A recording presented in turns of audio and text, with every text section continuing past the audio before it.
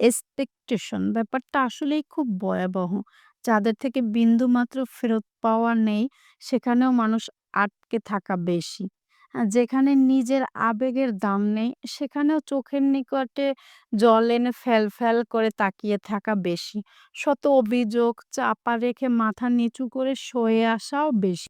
যেখানে দুর্বলতা সেখানে মানুষ বারবার মন পেতে দেয়। মানুষ সবসময় সুইয়ের মতোই সেখানেই আটকে থাকতে চায়, যেখানে তার জন্য অবহেলা। মানুষের মান-অভিমান সেখানেই বেশি হয়, যেখানে তার বিন্দু পরিমাণ কদর নেই। আমরা বারবার বেহায়ার মতো সেই মানুষটার কাছেই প্রত্যাশা রাখি, যেখানে আমাদের প্রয়োজন নেই। আমরা আসলে বোকা মানব। আমরা তাদের সহজ উক্তিটা কখনোই বুঝেও বুঝি না। খেয়াল করে দেখবেন আমরা কারো কাছে ২ পয়সার দাম পাই না। আবার কারো কাছে বিশেষ প্রায়োরিটির পাই। কিন্তু সমস্যা হলো